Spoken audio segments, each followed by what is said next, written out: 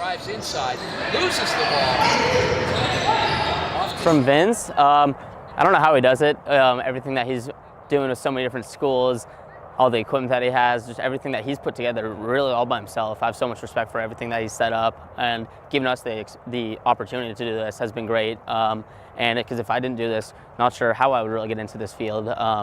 So for Vince, just the amount of respect I have for what he does and how he was able to set everything up has been amazing.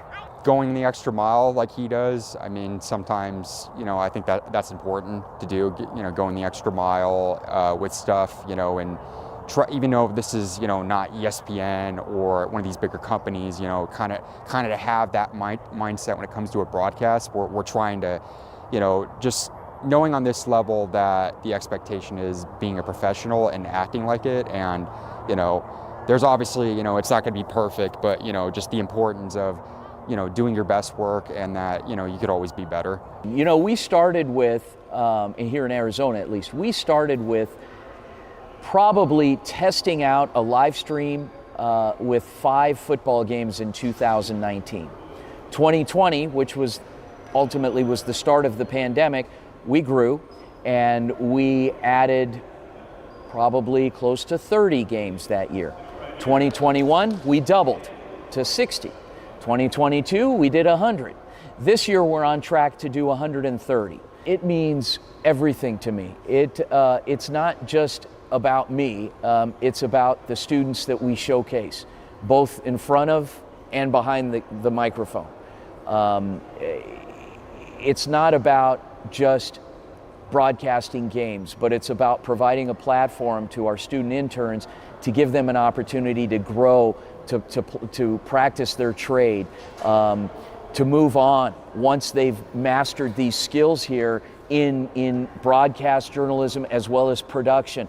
Our job placement rate, no kidding, is 100%. Everybody that works for us, if they graduate from college, they get a job in media, and we help them get there.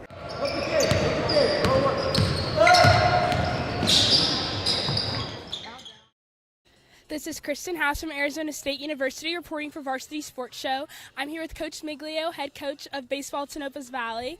Coach, I just want you to talk a little bit about this team that you have this year. You've been coaching this team for a lot of years. How does this team that you have this year compare to teams you've coached in the past? I think this year should be the best team I've had. This is my 8th season at Tonopah Valley. We have 6 seniors. 2 of them are hurt right now, but we should have a strong team and look to make it into the playoffs again in 3A this year. Yeah, like you said, you have 2 players with injuries. How do you guys plan on moving past those injuries and overcoming that adversity? Next man up. We got other guys ready to do their jobs, and the injuries just happened yesterday, so we'll have to figure it out here real quick. Thank you so much, Coach. Good luck today. Thank you, guys. This is Kristen House from Arizona State University reporting for Varsity Sports Show. I'm here with Saguaro baseball head coach, Coach Mickey. Coach, you guys are coming off a really exciting walk-off win. What kind of momentum from that game are you hoping will come into today's game? Just the same approach, same kind of mindset in the box, is just being aggressive. It was a really good game to come off of, but you got to keep yesterday as yesterday, and today's a new day. So with the right mindset, we're trying to just be 1-0 today.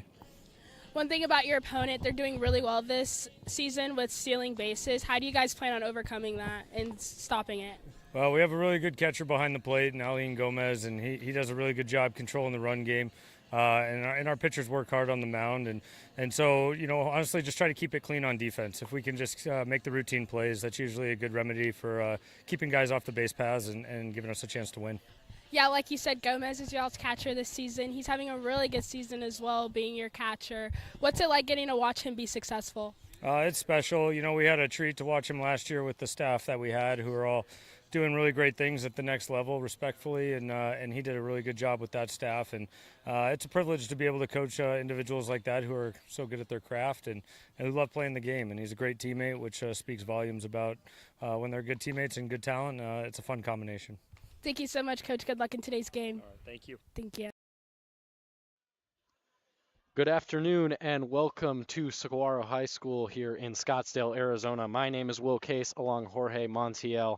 Jorge, we have a good one here between the Saguaro Sabercats and the Tonopah Valley Phoenix. Yeah, it's a great game. Pleasure to be here with you calling this competitive matchup. Both teams are ready to go. Both teams are ready to win this game, and everybody's excited for it. Can't wait to start this stream.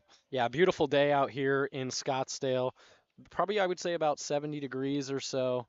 But the story of today is between the Phoenix and the SaberCats, two very different teams.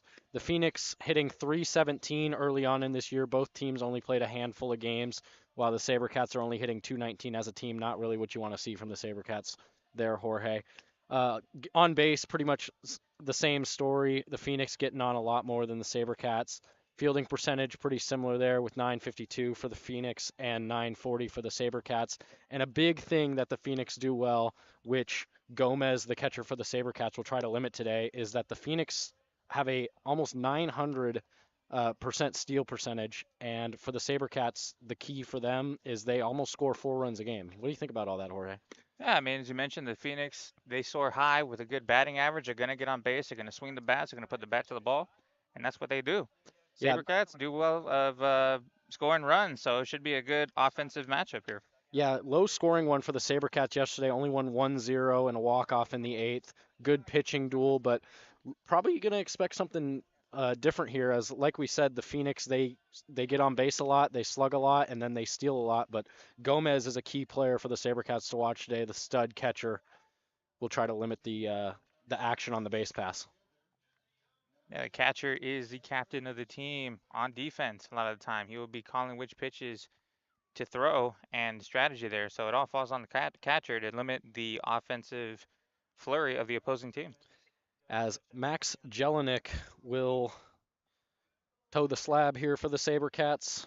The pitcher, 6', 185, sophomore, 2.62 ERA. As Jet Burns stands in the box for the Phoenix, currently hitting 500 with 3 RBIs. First pitch, swung on, dribbled on to second.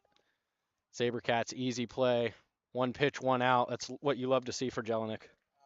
Absolutely. It's all about pitch efficiency. You do not want your pitcher to throw unnecessary pitches. You want his fuel economy to go the whole 7 innings if possible. That play was made by Luis Busseri at second. Now standing into the box will be Joshua Amaral, the freshman, hitting 0 so far. First pitch is just outside. Home plate umpire Keith had a nice conversation with him earlier. Says he's hitter friendly. This is the second pitch, fouled on back. So Keith, yeah, trying to get those freshman jitters out of the way, get his first hit in high school in this season. Looking to do that right here in this at bat. 1-1 count here with one out. Jelinek working pretty fast at the beginning of this game. The pitch to Amaral. Curveball misses up. Gomez tried to frame that one. Keith was having none of it. Yeah, good take there by Keith, extending this at bat. Next pitch is swung on and missed by Amaral. And a tough one up there. I put it up the letters. He bit and he swung and missed. Wonder if he'll go fastball outside here. Jelinek's pitch looked like a changeup, just up. Moves the count to 3-2. We're full. Full count.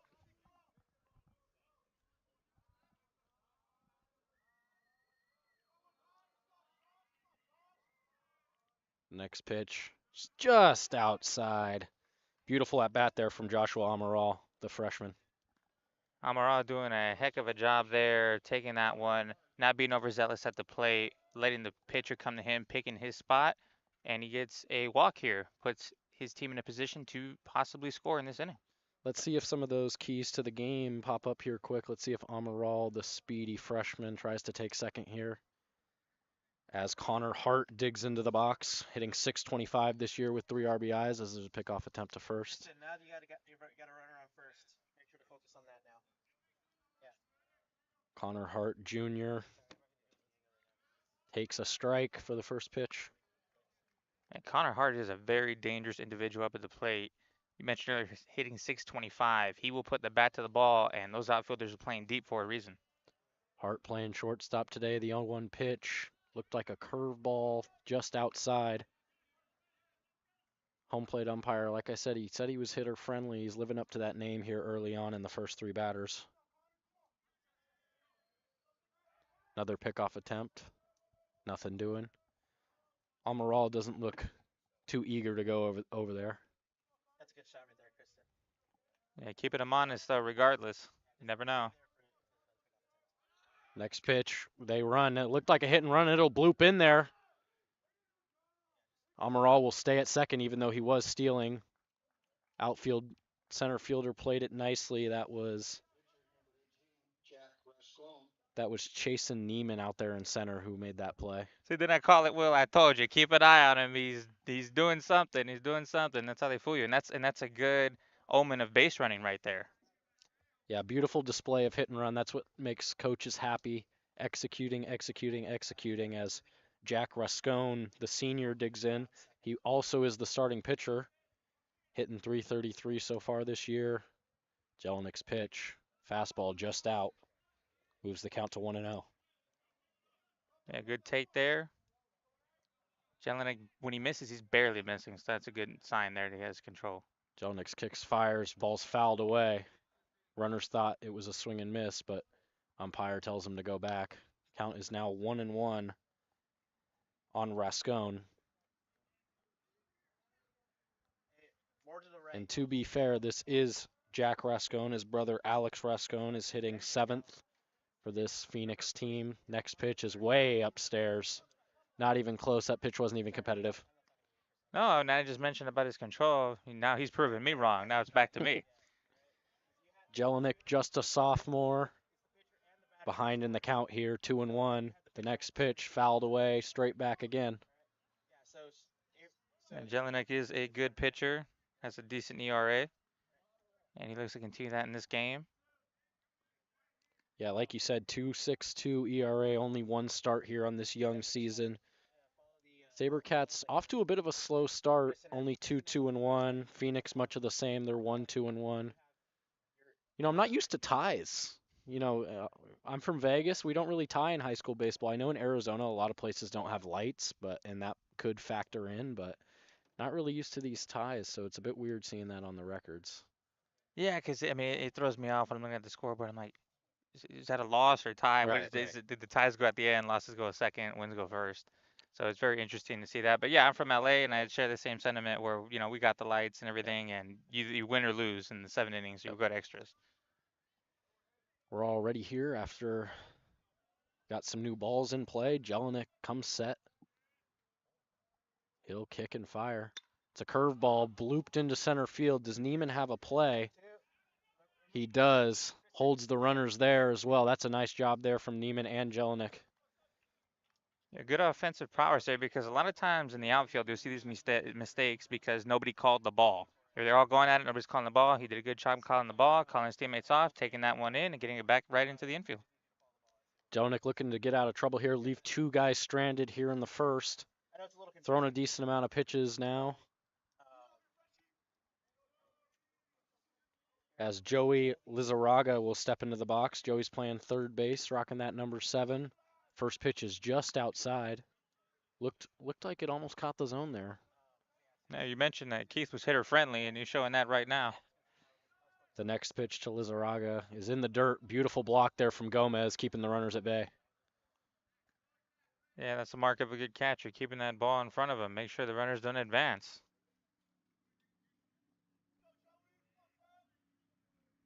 Next pitch from Jelinek. Fouled, out of play. Hopefully that didn't hit anybody's car. No, cars are too far back. Yeah, parking lot's a bit far away. Decent crowd here on hand at Saguaro High School. Count is 2-1 with 2 outs here in the top of the first. Jelinek kicks and fires. That looked real good, and it was. That's a strike. That'll move the count to 2-2. Good pitch, and I would say that he's established his fastball to this point. It seems to be his most effective pitch, and he's locating it more often than not. 2s are wild here in the first. Curveball, good spit from Lizarraga. Count is full. Runners will be on the move. 2 on, 2 out. Full count. The payoff pitch. Popped up in the infield. Who's going to call it? Looks like Gomez wants it, and he has it. That'll be it here in the top of the first. A walk, a hit, no runs, as we will go to break. In 2019, the JV Sports Show podcast began with the idea of spotlighting young people in our community. In time, that podcast evolved into radio, television, and live stream, and through that evolution, new ideas have enhanced delivery, giving a stage to students both in front of and behind the microphone in Arizona and beyond. Thank you for supporting the Varsity Sports Show, now the Varsity Media Foundation, a 501c3 educational organization. Hey guys, Vince here to talk about Angel Dentistry. It's where my wife and I have gone for over 10 years, and we trust them with our routine and extensive dental care because they care. Dr. Amber Angel is an Arizona native, born in the town of Miami, and has been practicing in the Valley over 20 years. For general to comprehensive dental services, call 602-788-2008. Located off of Cave Creek Road just north of the 101 in North Phoenix. Angel Dentistry, proud supporters of our young people and proud partners of the Varsity Sports Show.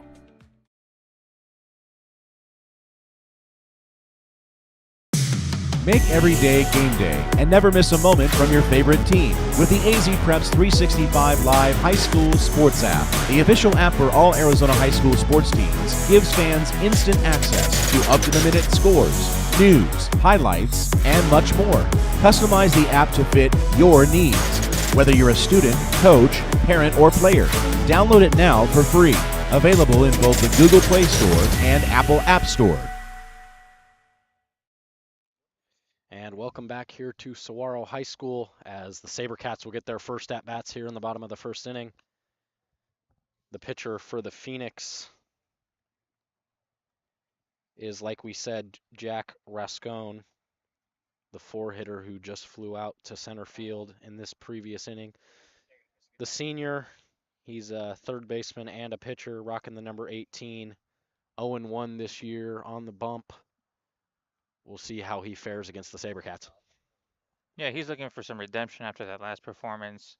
Seems very focused, ready for this matchup, because it only takes one good start to erase a bad one.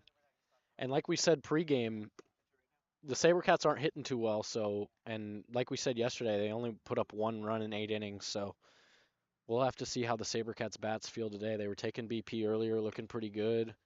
Coach said that they made it a point of emphasis this week to focus on hitting. So we'll see how they fare as the leadoff hitter, Xander Braspis, the shortstop, digs into the box to lead off the game. Seems like Rascone and the SaberCats need each other. He's trying to get a good start. They're trying to get a good hitting performance. Something's got to give. Right.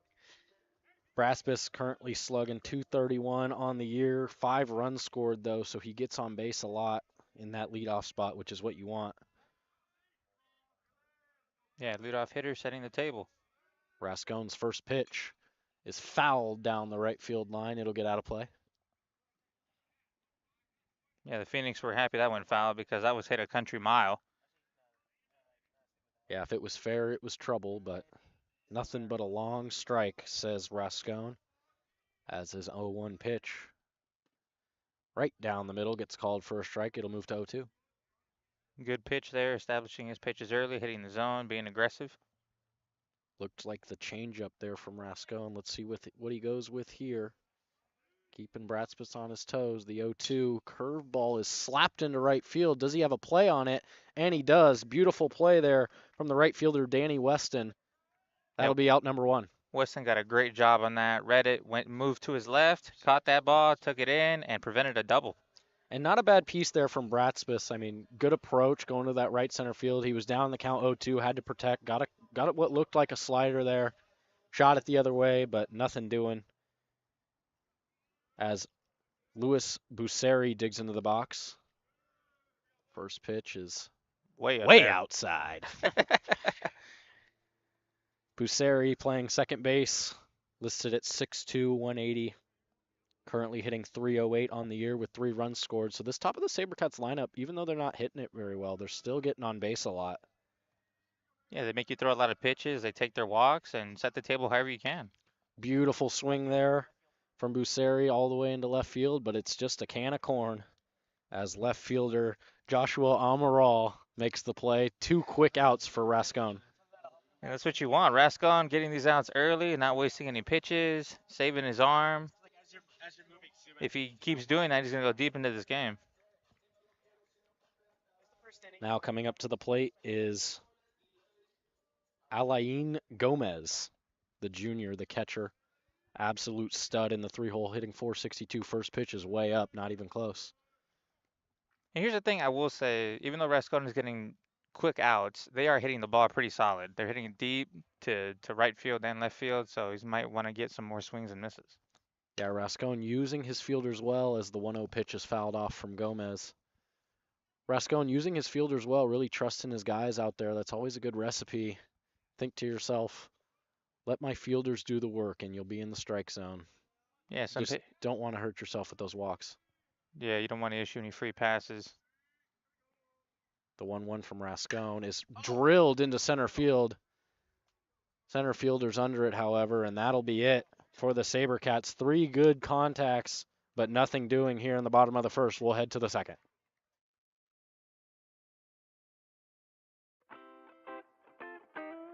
The Angry Crab Shack in Tempe, with an experience so good it remains indescribable, with something for every seafood lover. Try one of their amazing custom seafood boils, sandwiches, appetizers, and salads. Angry Crab Shack Tempe is located east of I-10 on Warner Road, 480-674-3847. The Angry Crab Shack in Tempe. Come ready to eat.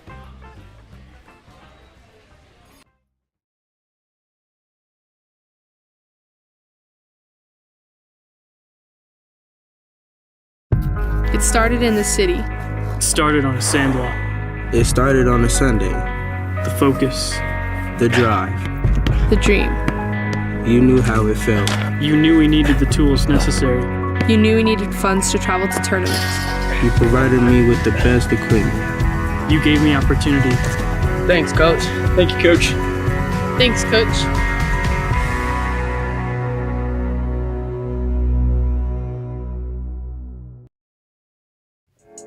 Hi there, I'm Savannah Judnich, and I will be reporting for the Varsity Sports Show.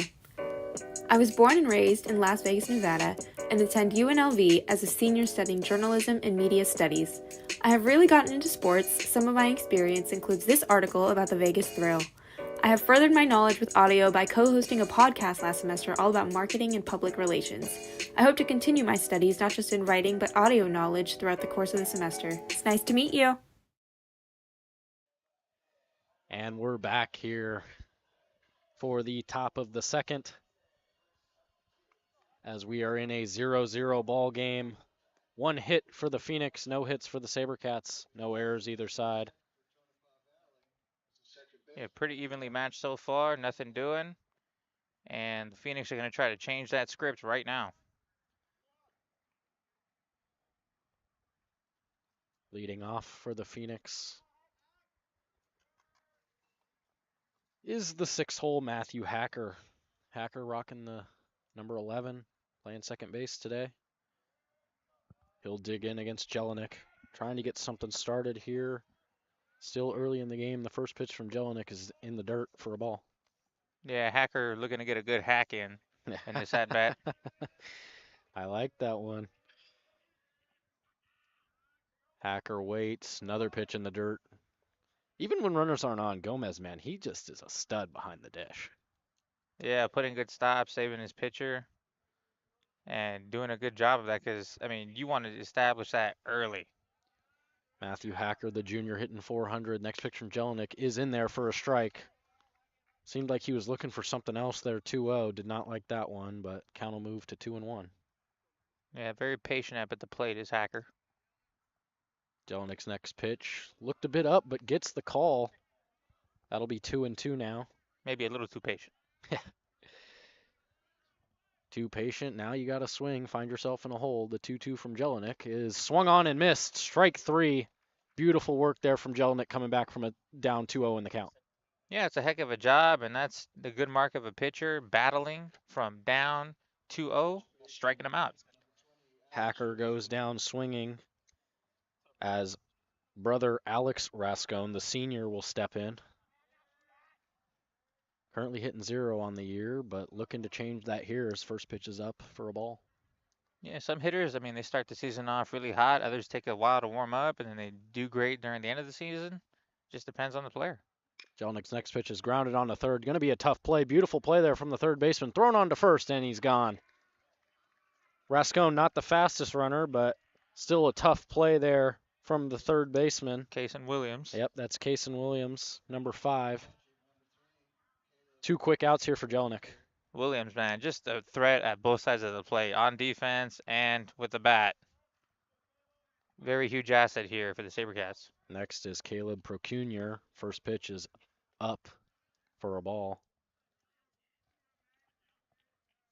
You know, not even the coach knew how to pronounce Caleb's last name. We had to get it directly from the source as he lines a ball down the line for a foul ball. It's 1-1. Yeah, that was a hilarious conversation. He's like, "What is it?" And then he tells us, and we got that settled and squared away very quickly. Right. It's like we want to get your name right on air. We don't want to screw that up. Yeah. Always got to be professional. As Procunior, 1-1 count. Jelenek's pitch just outside, just missed. Jelinek looked like he wanted that one.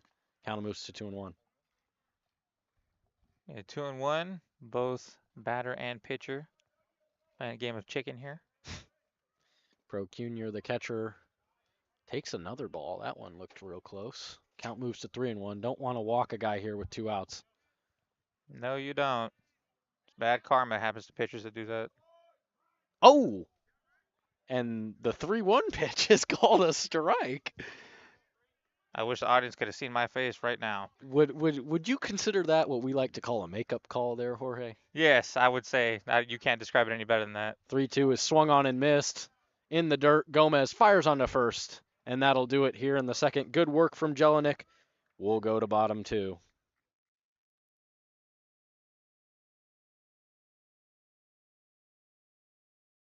My name is Bella Casey, and I am very excited to be one of the new interns for the 2024 fall season.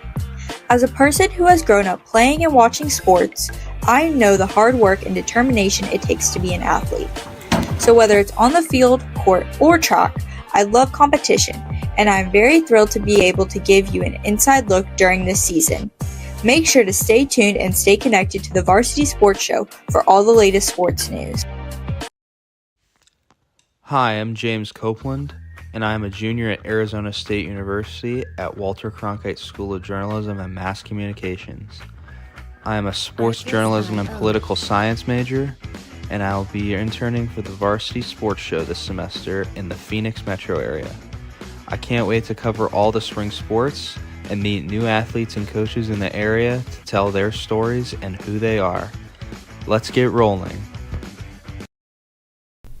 Hello everyone, my name is Caitlin Toon. I'm an Arizona native and current junior studying journalism with a focus in sports media at Northern Arizona University, and I'm so excited to be interning with the Varsity Sports Show this spring.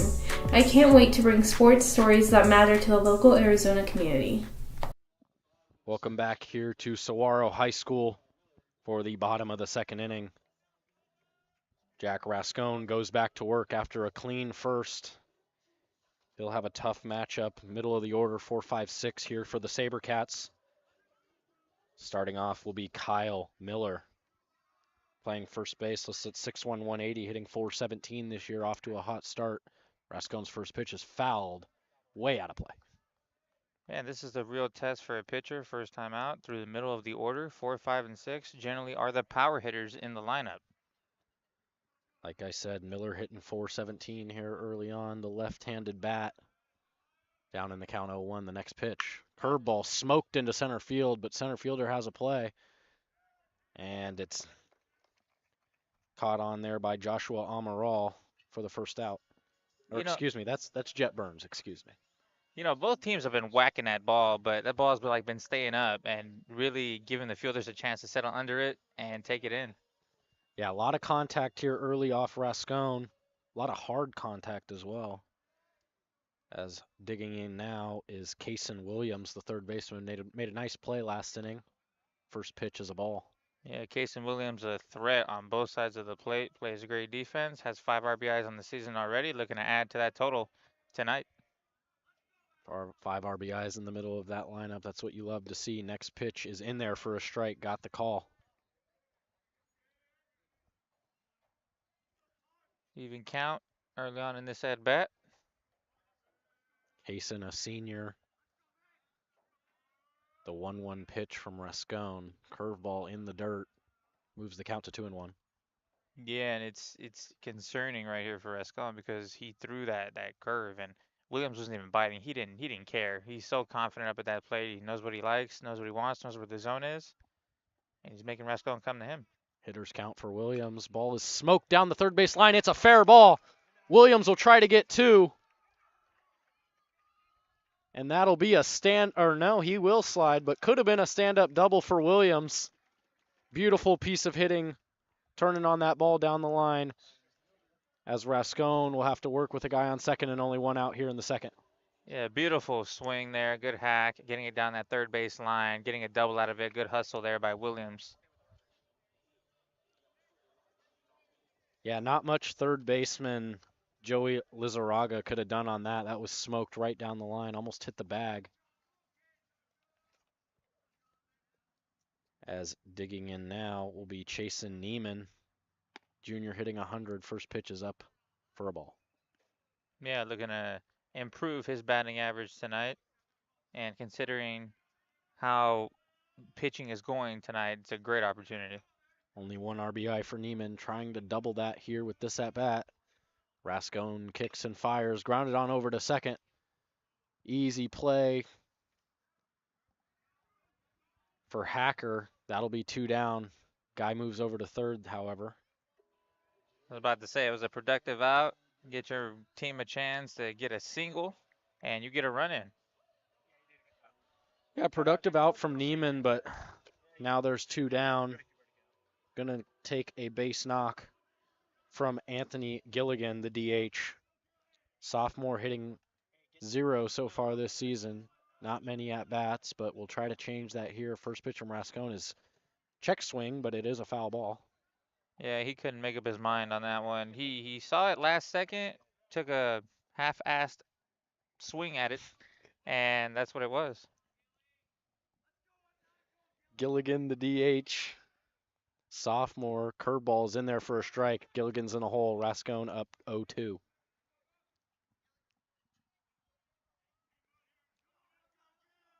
Think Rascone goes back to that hook? He might. Looked like a slider there, maybe a changeup. Ball's fouled back. Good battle from Gilligan.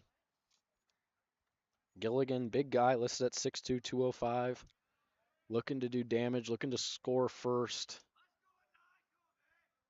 Rascone's 0-2. Curveball dribbled on over to short. It's going to be a tough play, and he botches it. Yeah, he couldn't get to the ball in time, and it took a bad hop. Went straight over his glove, right in the center field, allowing Williams to score, and the score is 1-0 in favor of the SaberCats. Yeah, that was Connor Hart at shortstop. Just couldn't handle that slow roller. Took a weird hop at the end as Williams comes in to score.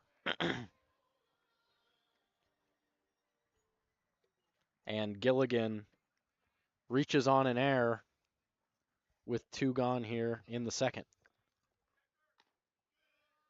First pitch to Jacoby is a ball. Jacoby, the senior, playing outfield, hitting 143 with 1 RBI this year. Yeah, I'm starting to notice that Rascone misses high and low a lot, so he's either releasing the ball too early or too late. Next pitch is fouled right in between his legs. Count moves to 1-1. Yeah, Rascone's struggled a bit here early finding the zone, but that run that he just gave up will go down as unearned, as there was the error there from Hart at short. But a lot of contact, letting him put it in play. 1-1 curveball right down the middle. Gets called for a strike. Jacoby in a hole now, 1-2.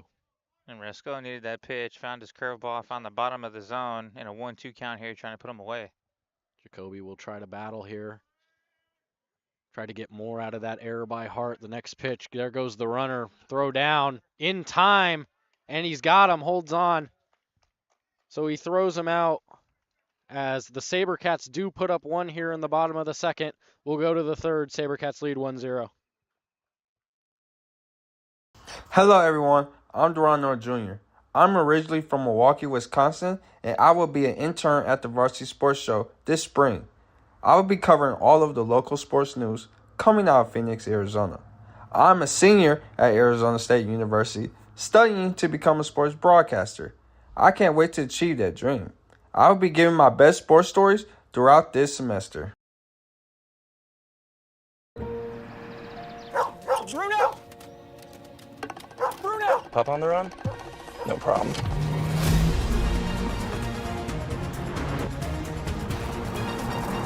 With 5 drive modes, road makes this a walk in the park. Drive the Nissan Rogue. Now get the 2023 Nissan Rogue with best-in-class fuel economy among gas engines.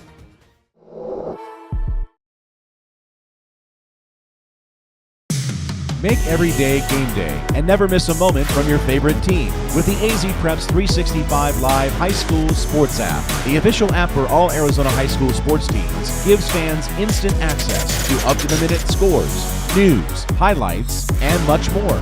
Customize the app to fit your needs, whether you're a student, coach, parent, or player. Download it now for free. Available in both the Google Play Store and Apple App Store. Welcome back for the top of the third inning as Danny Weston leads off, as Saguaro leads 1-0, both teams with one hit. The Phoenix with that error in the last inning to allow that run to score.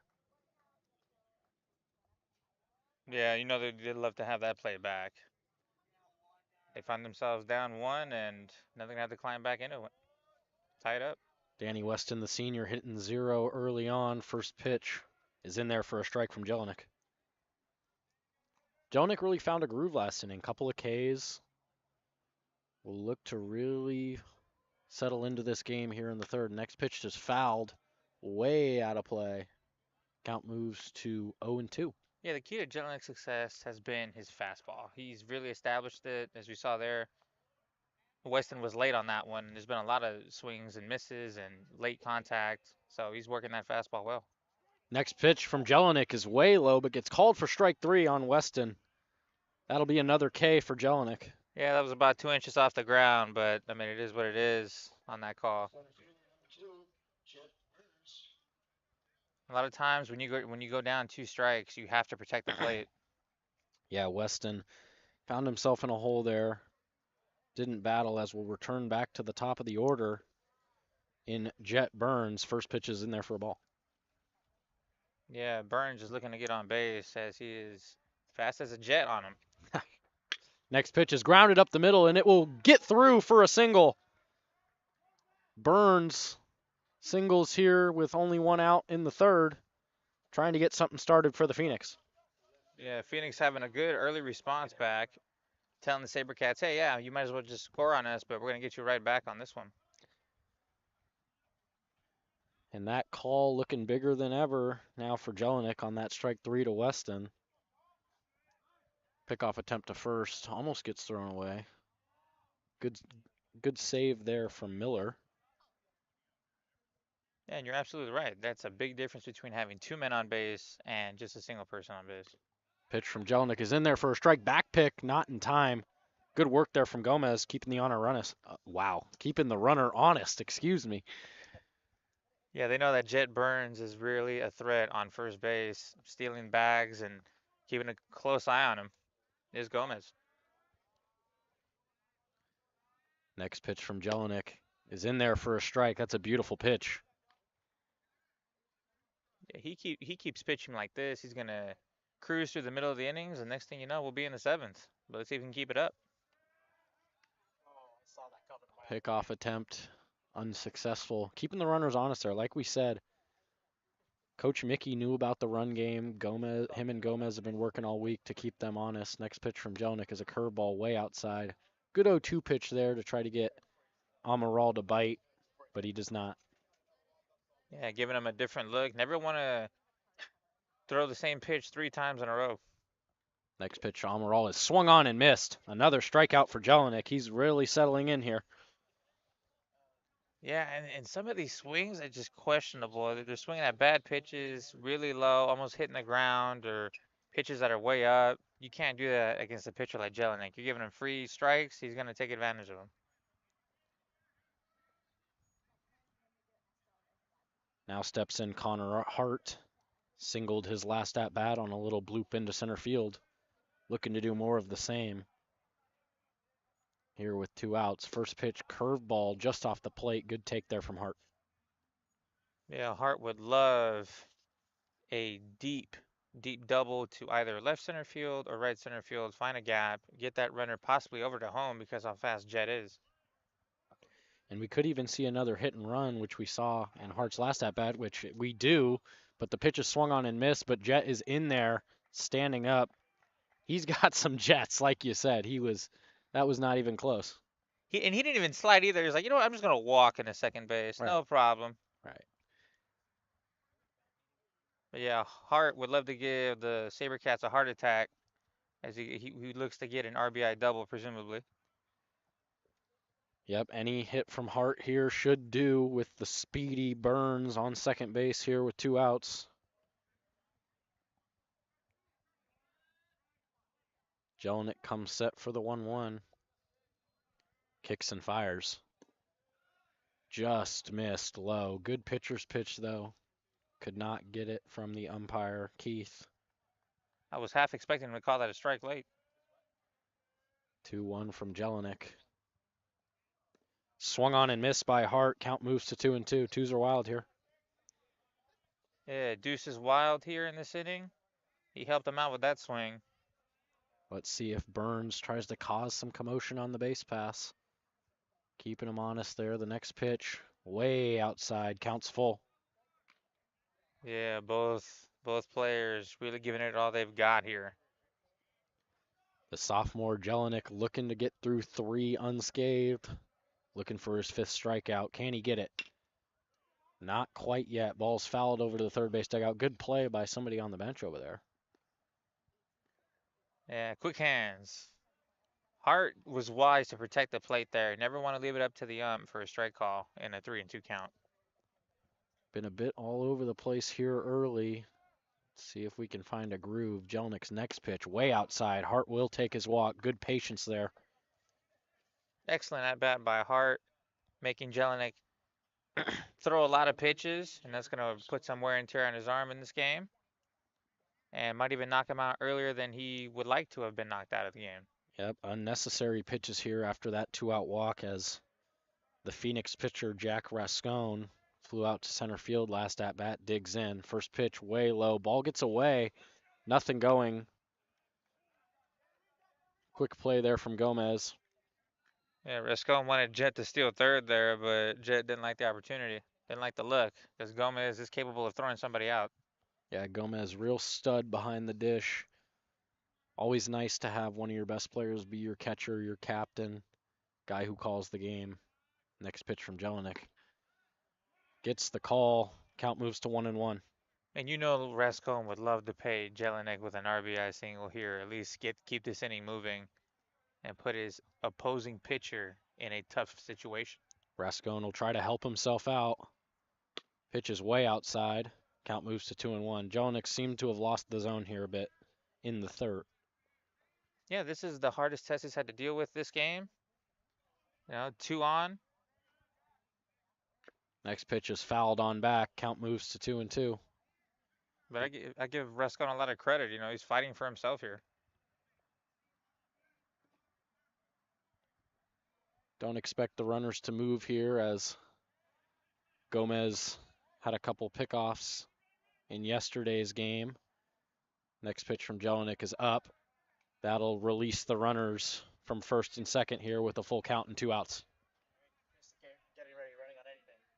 Yeah, this is going to be tough. Jelinek trying to get out of his inning. Jelinek's next pitch is screamed down the left field line. Out of play. Yeah, Rascone desperately wanted that ball to straighten out. That would have been at least a single, advancing the runners, advancing this inning, extending it. Rascone was eager there. Let's see if they go off speed here with 3 balls and 2 strikes. Rascone waits. Ball's just outside for ball 4 as Rascone knows the zone as he's pitching for the other team. So beautiful at bat there from Rascone working the walk. Yeah, Rascone there, whatever you thought about that call, he did a phenomenal job selling it. flipping the bat, marching down the first base line, and extending the inning. We'll have a meeting at the mound as the SaberCat bullpen gets hot. Also note that Riley Naughton will pinch run for the pitcher Rascone. He'll be at first base, Naughton the sophomore. Lots of speed. Yeah, smart strategy there. In a situation like this, you want the fastest base runners as possible. You're down a run.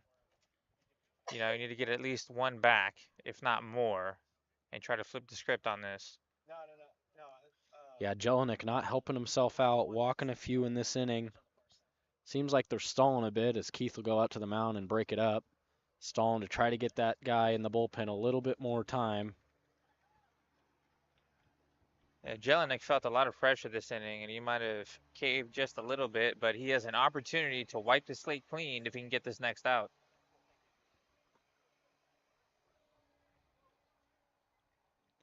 In the bullpen is number 14, Carter Bond, the sophomore. We'll see if he has to come in and save this inning or if Jelinek can do it himself without any damage. First pitch is popped up and out of play. Count moves to 0-1. Yeah, you saw him right there, just hoping that was going to go foul. Never want to go on a first pitch out when you have the bases loaded. The batter is Joey Lizarraga. He popped out to Gomez in his first at bat. The next pitch is off the fist, grounded over to first. Are they going to get over? Beautiful play there from Jelinek as he gets out of the inning without anything doing. We'll head to the bottom of the third, 1-0 SaberCats. You see us every day with our ads about car wrecks. But Lerner & Rowe is much more than just a law firm. We believe in being part of the fabric of the communities where we practice around the country. We are not just a business. We are your neighbors, here to serve and share our love of our community. Lerner & Rowe Gives Back provides food and support for families and community organizations throughout the year. Our hope is that we can encourage other businesses to do the same, so we can build a stronger community together. Lerner & Rowe, more than just a law firm. It started in the city. It started on a sandlot. It started on a Sunday. The focus. The drive. The dream. You knew how it felt. You knew we needed the tools necessary. You knew we needed funds to travel to tournaments. You provided me with the best equipment. You gave me opportunity. Thanks, Coach. Thank you, Coach. Thanks, Coach.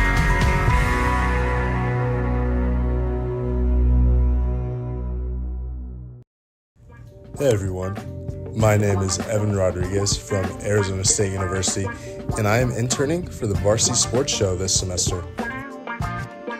I am originally from Seattle, Washington, and fell in love with sports at a very young age. My favorite sports team is the Seattle Seahawks. My passion for sports is what led me to the sports journalism career, and I know I can excel at that with the Varsity Sports Show internship. And we're back for the bottom of the third in a 1-0 ball game in favor of the SaberCats. Alex Rascone still out there on the mound. Yeah, Jelinek did a phenomenal job in that last out of that last inning, running over to first base, communicating with his first baseman, getting that out, and saving himself a boatload of trouble. Yep. As Henry Jacoby will step into the box. Jacoby was in a bit of a hole, but runner got thrown out at second to end the previous inning. First pitch to him is drilled into right field. Will the right fielder have a play? And he does. Beautiful play there from Danny Weston. More good contact off of Rascone, but nothing doing for the SaberCats. I thought that was out. That was a good old-fashioned American batting stance, elbow up, put everything into that swing.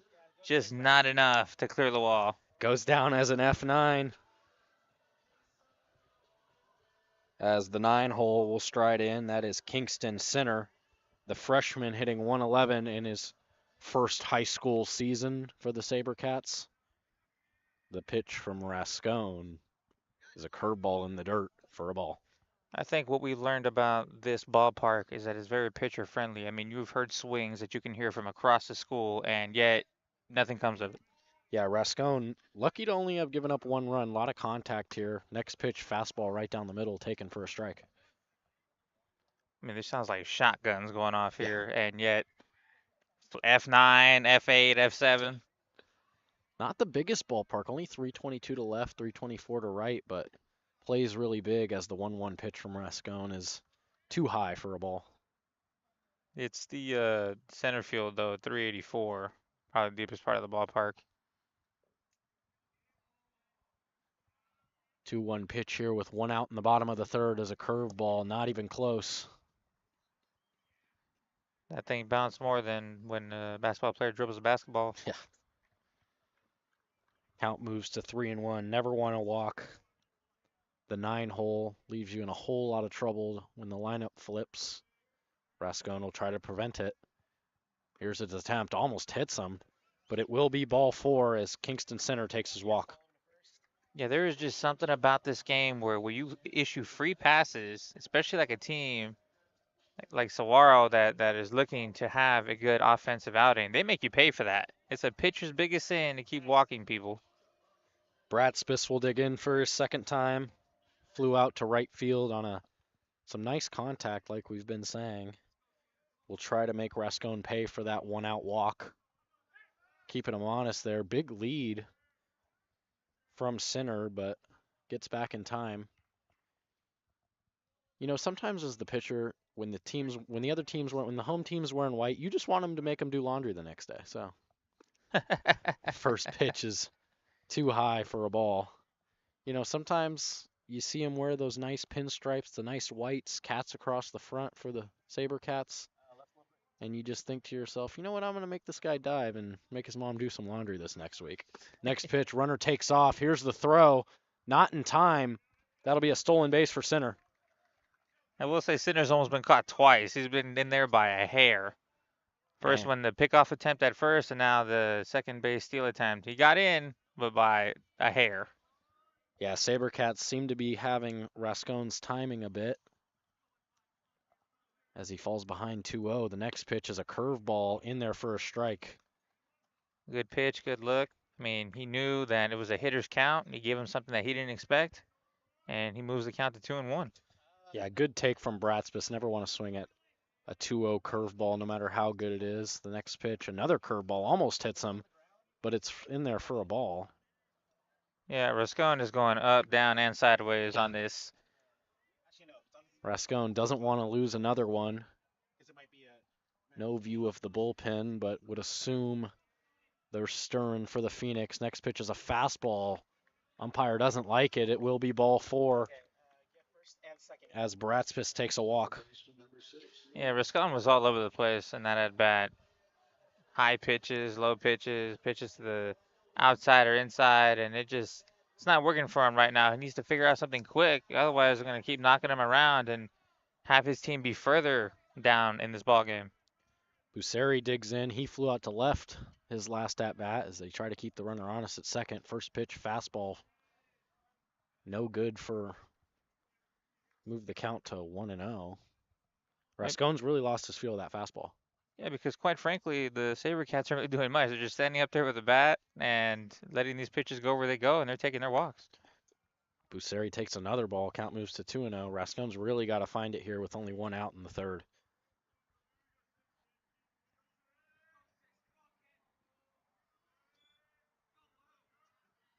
Hitters count. 2-0's in there for a strike. Good 2-0 pitch from Rascone. It seems like that's his favorite count. But for whatever reason, when he gets in a 2-0 count, he throws a strike, and it's a good pitch. Yeah, Busseri wanted none of it. It was a bit outside, looking for something to turn on here. Next pitch is in the dirt. Runners will take off. That'll most certainly be a wild pitch. Yeah, runners advance to second and third, and now he's really stepping in it. Busseri will look to get a job done. Anything to the outfield. Even a ground ball to the infield as they're back with only one out. Next pitch to Busseri's way inside, but it's a wild pitch. Here comes the runner home. That's Sinner. Yeah, good read by Sinner. He read it. He knew the ball got past the catcher, jogged down there to home plate, gives his team a 2-0 lead. Sabercats dug out his hype. Center scores. Bratspis moves to third, and Busseri moves to second. Or, excuse me, to first on the walk. As we'll have a mound visit before the all-dangerous Gomez steps up to the plate. We might be seeing the end of Rascon. Yeah, a lot of pitches here, only in the third. Doesn't look like they're going to pull him quite yet. There's no one in the bullpen. So they're gonna need him to find it here because there's nobody in the bullpen, and it's only the third inning. Yeah, only one out here in the third. The Phoenix are really hoping there's a sale on outs right now. 2 outs for 1 pitch. As Rascon will try to find that strike zone now that he's facing Gomez. Gomez flew out to center, again on a nice hard hit ball. And Gomez made heck of a contact there last time he was up there. If he can do that again, but get the ball to fall, he's really going to put Rascon in an even further foxhole than he already is. Rascon checks on first. Nothing doing over there. I don't think the Sabercats will have much going as they have one of their best hitters at the plate. First pitch is up in the zone. Rascon still can't find it. Yeah, Gomez is looking to knock this ball in the next week and extend their current lead. Gomez looking to be a team player here, get a run home any way he can. Next pitch buckled him, but it's inside. Did he go? Umpire says no. That's our guy Larry out there on the base pass. Yeah, Larry doing a great job calling outs on the base paths. He's had some close calls, and I think he's gotten every single one of them right so far. Good job from this umpiring crew so far. Another hitter's count. Will Rascon stick with the trend and throw another 2-0 strike to Gomez? It's been his calling card this inning. I mean, first to third move. Didn't know that was legal still in high school, but Rascon does it to perfection. You know, Will, I got to ask, do you think he's throwing to first base because he doesn't want to throw the hitter? No, I just think he's trying to keep them honest. They're trying to make sure they don't sneak across the run. Next pitch is flown on to center. That should be a sac fly for Gomez. Here comes the runner home. No throw. So it will go down as a sac fly to Gomez as the Sabercats extend the lead 3-0. Yeah, Gomez swung out of his shoes on that one. Gotten that one deep enough to get a sac fly, extending the lead to 3-0. And they're just stacking their chips at this point. That was Bratspis that gets the run for the Sabercats. Gomez will surely get a hand from his teammates in the dugout as the 4-hole steps up. Kyle Miller. He flew out to center field his last time as well. First pitch is a curveball up in the zone. Gets called a ball. First and pitcher. Yeah, the Sabercats have really dug in their claws in Rascon to this point. Busseri certainly has the green light over at first. Does not go. Next pitch is another ball. And you know, I think I missed it. Was that the 2-0 pitch that he swung at? Was that the strike? I don't remember, but yeah, it was. Yeah. Okay. So let's see if he continues the trend. Rascon loves these 2-0 counts. And doesn't. We jinxed him. Oh, that's the good old announcer's jinx. That's not good. Yeah, as soon as you were talking about it, I was like, I don't have a good feeling about this. And sure enough, in the dirt. I believe he had 4 straight strikes in 2-0 counts. This one goes to 3-0 and now to 4-0 as Kyle Miller takes his walk. Guys on first and second here with 2 outs in the bottom of the third for the Sabercats. Yeah, Rascon is getting frustrated now. He's getting tired. He's shaking his head. He's not liking what he's doing right now. And it's tough, but, I mean, his team really needs him to find it. There's nobody in the bullpen. Why, I do not know. Maybe they are running low on pitchers, but this is not a good look for the Phoenix right now. Yeah, the Phoenix don't have the biggest roster as both bullpens are still empty. First pitch curveball gets away from the catcher. Runners will move up to second and third. Rascone's in a heap of trouble now with 2 outs. Yeah, when it rains, it pours. And I don't know what to say at this point. 3-0. Runners on second and third. Best he can do, maybe get a ground ball, keep it in the infield so the runners don't advance. Williams is the hitter. Another ball, another 2-0 count in this inning.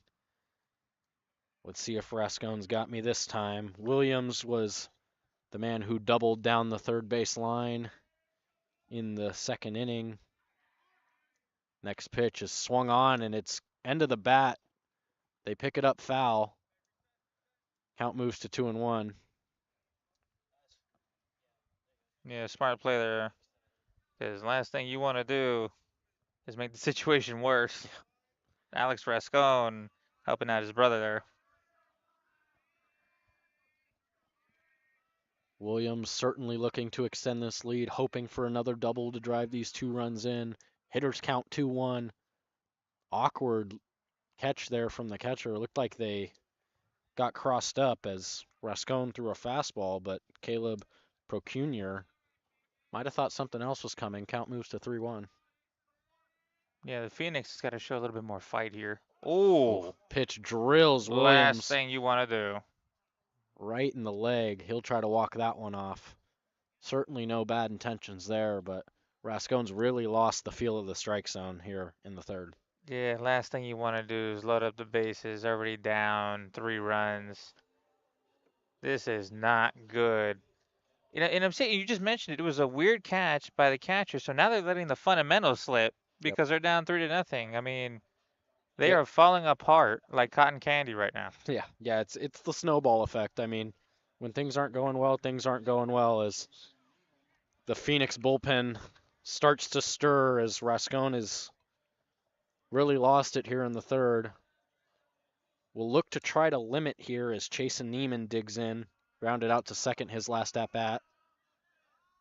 First pitch curveball is in there for a strike. And it really could be not that bad for Rascone. I mean, if he gets out of here only down 3-0, only giving up 2 runs in this inning, it's a lot better than you would expect if you looked at his line with walks and hits given up. Next pitch is fouled. That was another curveball. Neiman had to wait on that one. Yeah, I was going to say, Rascone, all he has to do is remind himself, I got 2 outs, I got 2 strikes. Let's get this last guy out, get out of this inning. I only gave up 2 runs instead of 6. Right. Rascone certainly wants to get his team back at the plate. It's been a long defensive inning for the Phoenix. Next pitch is way upstairs. Looked like a waste pitch there. As in the bullpen for the Phoenix, it's number 15, Riley Naughton, the guy who pinch ran for Rascone earlier in the game. Rascone's 1-2, curveball in the dirt, gets away. Here comes Busseri, and another run will score. Yeah, last thing you want to do is throw a pitch in the dirt like that and get it past your catcher. Now you're down by a boatload. He was a strike away from getting out of this inning. Yep. Yeah, not the worst pitch in a 1-2 count, but got to have your catcher block it and got to make it a little more appealing to the hitter. Next pitch, fastball's chopped on. Does Rascone have it? Yes, he does. He gets rid of it onto his brother at first, and that's it for the inning. SaberCats score 3, scores 4-0 as we head to the 4th. Hello everyone, my name is McKenna Kellums and I'm going to be an intern at the Varsity Sports Show this upcoming spring, 2025. I will be covering all the local sports news coming out of Arizona's Maricopa County. I'm a junior at Arizona State University, studying to become a sports broadcaster, and I'm very excited to be able to step closer to making that dream a reality by giving everyone Arizona's best sports stories every single week.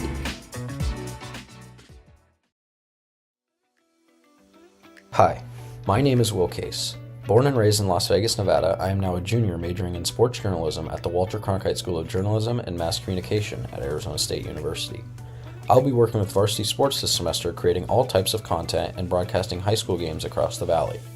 I started reporting on sports news by creating video packages in high school, and from there, I knew I wanted to become a sports broadcaster. Through Blaze Radio and this opportunity at Varsity Sports, I hope to continue developing as a person and as a broadcaster.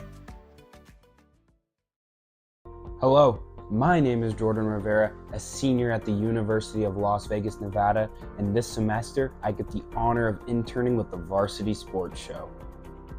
Ever since I was young, I've been infatuated with sports, the ins, the outs, the analytics, and now I get the chance to bring that knowledge and that passion to the world. I can't wait to showcase all the talented athletes and programs around the Las Vegas Valley here from the Varsity Sports Show. Welcome back to Saguaro High School as we have a pitching change. Carter Bond in the game. Jorge, Jorge's call to the pen. What do you got? Carter Bond pitched 2 innings so far. Allowed 6 hits, 5 runs, 3 errors, 2 walks, 4 strikeouts. He gave up a home run. So very mixed bag here for Carter Bond. Looking to make this a good outing here, improve that ERA, and get some strikeouts. Yeah, the youngster, only a sophomore, will face Matthew Hacker, who struck out in his last at-bat. First pitch is outside for a ball. This is a great situation for Bond. Get him comfortable. You mentioned he was young. He's a sophomore. Get him comfortable in the game. Has a 4-run lead. Good situation here. Next pitch is in there for a strike. Beautiful pitch there from Bond. Good outing from Max Jelinek. Just a sophomore. Definitely lowered that 2.62 ERA, going 3 innings, giving up no runs, striking out 4. Next pitch from Bond is swung on and missed by Hacker. Big hack there. Yeah, Bond doing a good job there, working the lower part of the zone, preventing Hacker from taking a hack, or at least a good one. 1-2. Hacker drills one into left field. That'll be a base hit. Hacker gets the Phoenix going here in the 4th. That's exactly what they needed out of him in the leadoff. Yeah, I think you heard what we said. He's like, I'll show you a hack. Good hack from Hacker as Alex Rascone, the first baseman, digs in. Rascone grounded out to third his last at-bat. Now has a runner on here in the 4th. Nobody out. Bond will try to get a double play. First pitch is a ball. You know, Rascone is motivated. You know, he's down by 4. You know he'd love to take a cut at this lead here. Yeah, if he wants to help his brother out. Next pitch swung on and missed by Rascone. Huge cut there.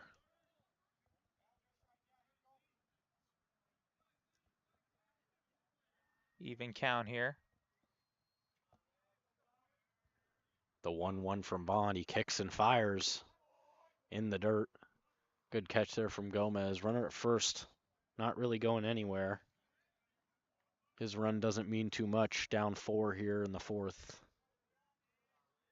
Yeah, and in a lot of teams, they take great catchers for granted. I mean, Gomez has done a heck of a job there behind the plate. There goes Hacker. That was a hit and run, fouled off by Rascone. And good thing he made contact with that because Hacker did not get a great jump on that pitch. Yeah, it could have been a double play. Strikeout and a throw out at second. Count is now 2-2 on Rascone. That's Alex Rascone, the first baseman today. Bond looking to get 2 outs for the price of 1. Hacker's not going anywhere. Ball's a curveball up. Moves the count full. Hacker's not known for his speed, so he needs to watch himself over there at first base. Could take off here in the full count. Does not. Next pitch from Bond is down. That'll be ball 4. Beautiful at bat there from Alex Rascone, working the count. So Bond putting himself in a little bit of trouble here. First and second now. Yeah, Bond fresh into the game. Like we said, young guy, sophomore. Not having the best start to the season. Will certainly look to get a ground ball here from Caleb Procunior, who struck out his last at-bat. Well, Bond will need to find the zone. Get a ground ball perhaps. Double play. First pitch is in there for a strike. Nice pitch from Bond. Yeah, that was a good pitch. Recentered himself. Fired that thing right in there, and he goes up 0-1. Bond with the high socks above the knee. His next pitch is way outside. Count moves to 1-1. You like that style these days, the above the knee pants. What do you think about those? I don't know. Like, there is a classic look to it, but I've always preferred the long pants. It just looks more Procunior squares to bunt, fouled aesthetically back. pleasing, I guess. Yeah, I totally agree with you. I mean, I've always been one to wear long pants. If you've ever played club ball, you go to Cooperstown, you wear the high pants. It sticks with some kids, it doesn't stick with others. I feel like it didn't stick with me, so stuck with Bond though, as the next pitch is fouled off. Out of play by Procunior. Yeah, I think, what do you think about the stretchers too? What was that? Sorry. The stretchers? The ones that were in the 70s? Oh yeah. Yeah, that was crazy. Next pitch from Bond is way outside. Gomez almost backpicked to first there, as it was pointed out to me that the SaberCats actually, their uniform is to wear high socks. Everyone wears them. Oh my. We didn't notice that. But again, Bond above the knee. Next pitch is in there for a strike. Procunior goes down looking. There's a team-wide thing. As we just had... I'm embarrassed, folks. I can't believe we didn't notice that. I know. As we just had the wonderful Coach Ramirez, the basketball coach for the SaberCats, come in and say hello to us. Great season for the SaberCats men's basketball team. Came up short against ALA Gilbert North this past week. First pitch to the 9-hole, Danny Weston is swung on and missed. Bond finding his groove now. Still a fruitful season for Coach Ramirez. Made it to the semifinals.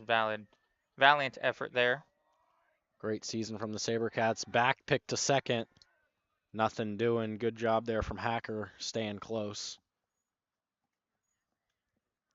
The thing about Carter Bond's delivery, it's straight to you. There's not really, it's a quick windup.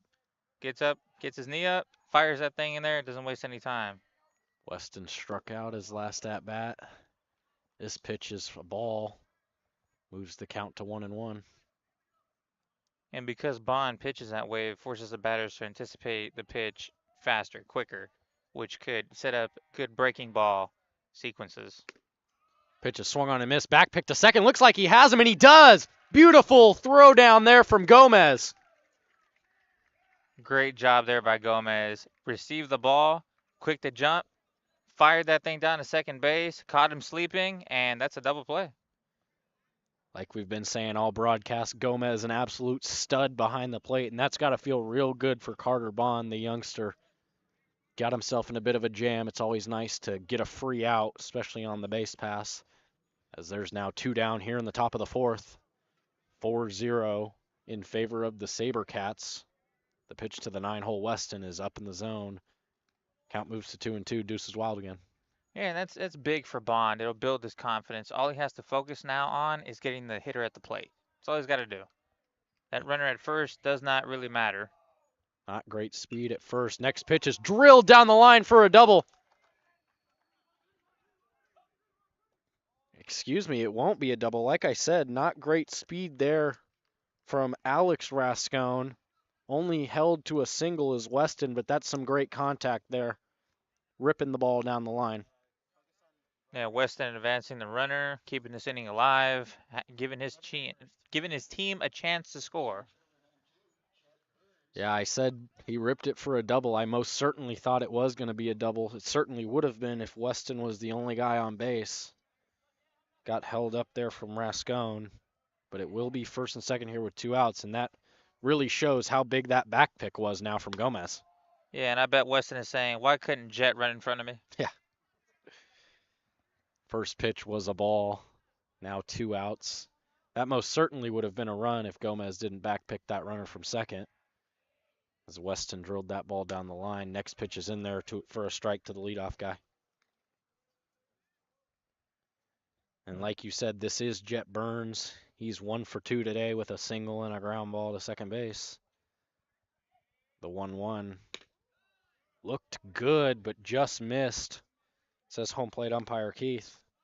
Count moves to 2-1. And I'll tell you this, and you know this for a fact. Jet Burns hits one deep.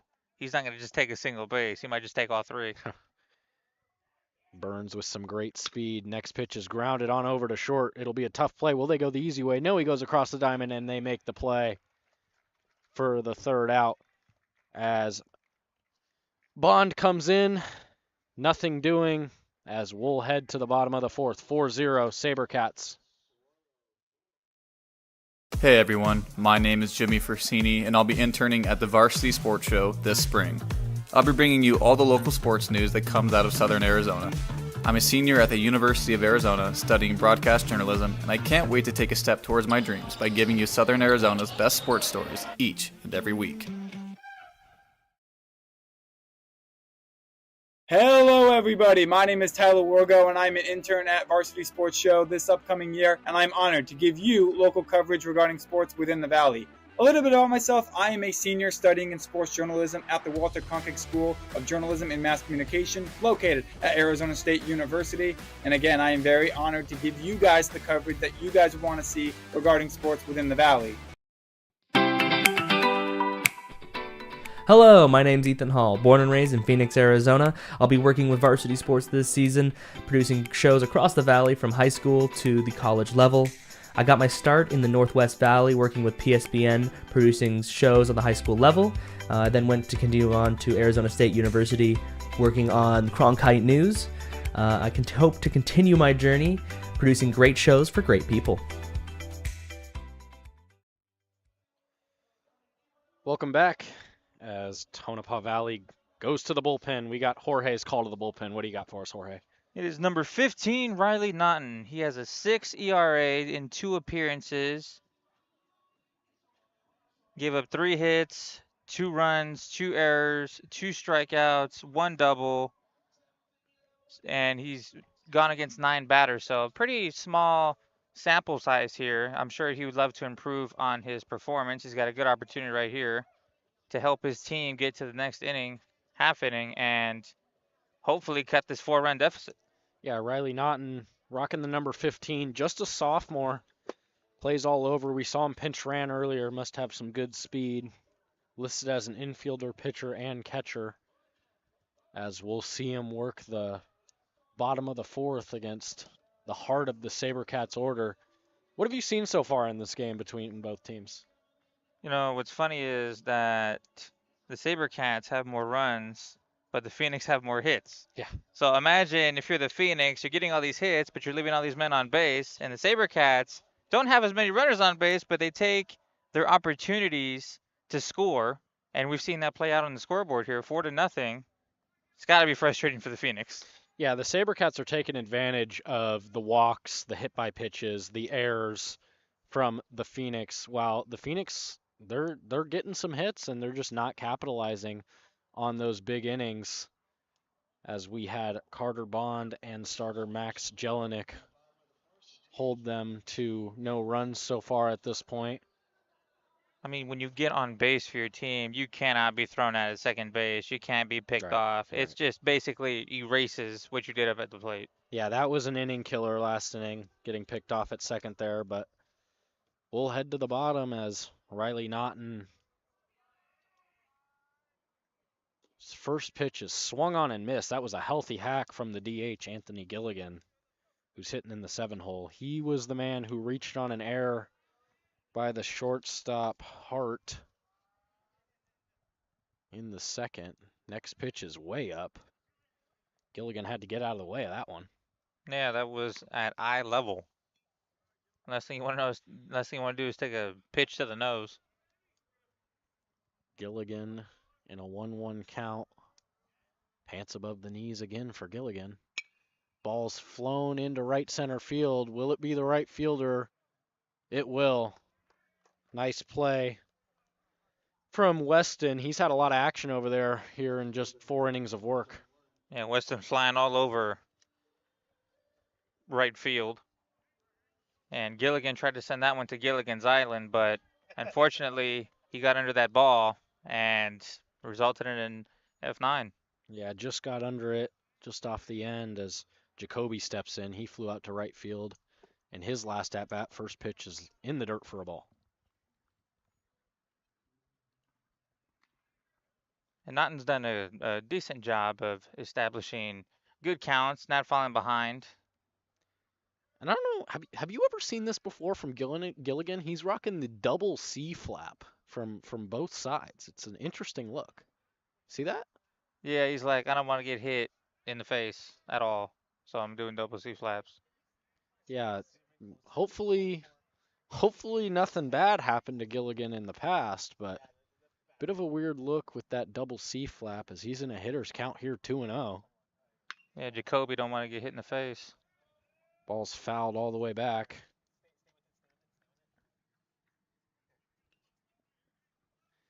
Yeah, interesting look there from Gilligan as we see it on our screen now. As the left-handed hitter, as any hitter, usually you only have it on the side facing the pitcher just in case you don't get hit in the face. So yeah, Jacoby doesn't want to get hit in the face. And you know what? Maybe we'll see every player wearing that in 5 years. He could start a trend. Jacoby lines one into center field, and clearly those double C flaps work as he'll stay at first for just a single. Some people chew gum, some people chew seeds. He wears double C flaps. It works. Right. Sometimes superstitions are something else in baseball as Jacoby lined that one into center field for a single. As the 9-hole digs in, this is Kingston Center. He walked and scored a run his last at-bat.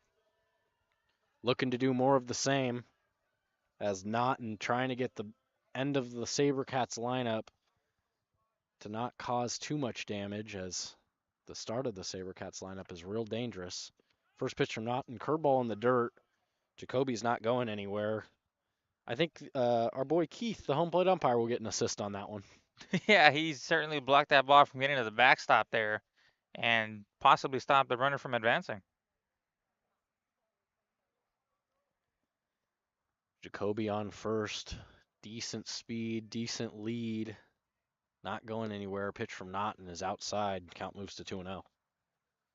Yeah, Naughton's got one out, one on, 2-0 count. It's a hitter's count, so he needs to be careful here. Hitter's count indeed.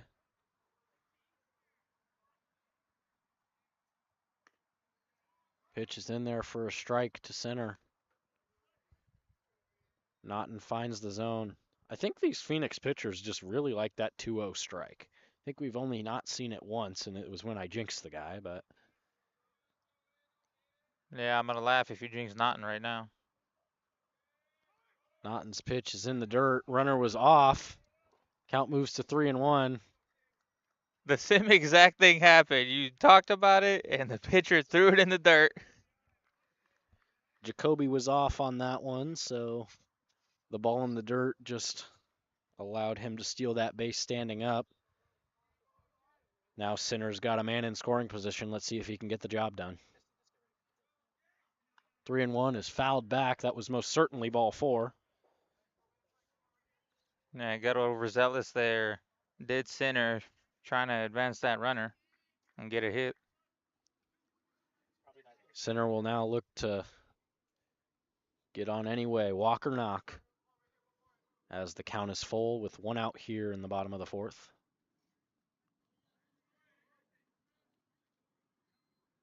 Pitch is drilled into left field. Is this one gonna go? No, off the base of the wall. Misplayed by the left fielder. Here comes Sinner to third, and he's in there standing up. That'll be an RBI triple for Sinner. Beautiful swing there from the 9-hole. Yeah, Sinner making Naughton pay for his sin by giving him a good pitch. Drilling that ball off the left field wall, getting an RBI run, and extending their lead to 5. Yeah, that ball was drilled. I thought it had a chance off the bat. Hits the base of the wall. Either way, Sinner will be happy with that one as here comes the leadoff guy, Xander Bratspis again. Man, the Phoenix are really getting their wings clipped right now. Bratspis 0 for 1 with a walk. Looking to score that runner from third any way he can with the infield back. The first pitch was in the dirt. Nice block there from the catcher, Procunior, keeping that run at third. Like you said, 5-0 now in favor of the SaberCats. Naughton looking to get out of a jam. Pitch is in there. No. Umpire looked like he was going for it. Faked me out. Yeah, he might have shrunk the box on that one. Pitch was certainly close. Looked like he was about to raise that arm, but hit the pump fake. Another 2-0 count here, Jorge. It's a ball. Yeah, I think you need to. I think we got to give that one up. I think we got to give it up. Yeah, they ruined the last two now. I mean, it is what it is. All streaks in, right? Right. Hitters count. Probably doesn't have the green light. More than likely taking. And he was. Pitch was right down the middle.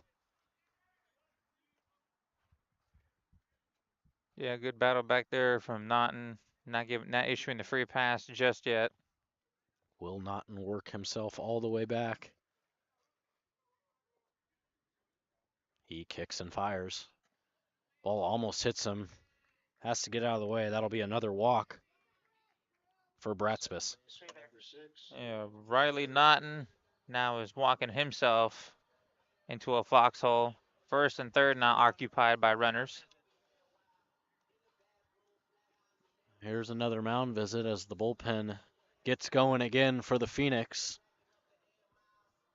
Probably won't see a pitching change here. Probably just out to talk to the youngster Ryan Naughton as he struggled here early on.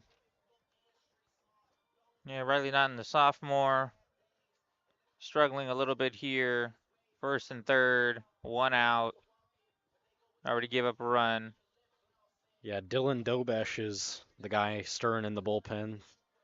So Coach Miglio is certainly taking his time trying to give his relief pitcher a second to get hot. Yeah, I bet he wants Naughton to get a ground ball, work the double play, get out of this inning so that the bullpen can warm up even further. Because you don't want to just throw 10 pitches and get out there. You want to take your time, make sure everything's working, mechanics are there. Now digs in the senior Busseri. He's 0 for 1 with a fly out and a walk. First pitch is not a strike. Count moves to 1-0. Busseri was hitting 308 before this game started. That's dipped slightly after that 0 for 1 performance so far, but he'll look to get a job done here. Next pitch is in the dirt. Here comes the runner from third. No play at the plate. That'll be another run for the SaberCats. Scores now 6-0. That was Sinner, the 9-hole, who hit that booming triple earlier in this inning that just came in to score. 6-run lead now for the SaberCats, running away with this one. And if you're not and you're just looking to limit, you're looking to keep it where it's at so it doesn't get into that mercy rule range, which is, of course, 10 after 5. Next pitch is also in the dirt. Gets behind the catcher, Procunior. Runner moves up to third now with only one out. Procunior has let an abundant amount of balls get by him at the plate, just not helping out his pitcher. I mean, it's on the pitcher to make good pitches, but as a catcher, you're supposed to back up your pitcher when they do, in fact, make a mistake, and he hasn't really covered his pitchers today. Yeah, it's a bit of a rule of thumb. If it's a fastball, it's on the pitcher. If it's an off-speed, it's more on the catcher, but there's been plenty of balls getting past Procunior so far today as Busseri skies this one to right field. Will he have a play? He does, but here comes the runner from third. No play at the plate as Bratzbus is in there standing up. Good sac fly there from the 2-hole Busseri. It was a heck of a catch, though, by Danny Weston, moving all the way to his left, hitting that wall, catching that ball, and at least getting 2 outs and mitigating it to a degree. Yeah, nice play from Weston. He was up against the wall there. Sometimes people may argue, is it smarter to let that drop since it was a foul ball and try to save that run from third? He does not. He catches it and scores now 7-0 in favor of the SaberCats as the all-dangerous Gomez digs in. First pitch from Naughton's nowhere close. Yeah, what I say, Will, to that is you got 2 choices, 6 runs or 7 runs. I mean, does it really make a difference? I mean, at this point in the game, the Phoenix just needs those bats to wake up. They need to be on the offensive side. Too many long innings Next pitch is swung on and missed. Healthy hack there from Gomez. And here's the thing, Saguaro, their entire offense, their entire lineup is on tonight. So it's not going to get any easier in any part of the lineup. While not every guy has a hit, a lot of good contact 1 through 9. Next pitch is a curveball in the dirt. Count moves to 2-1. Excuse me. Good contact, good walks, good at bats, lineup up and down.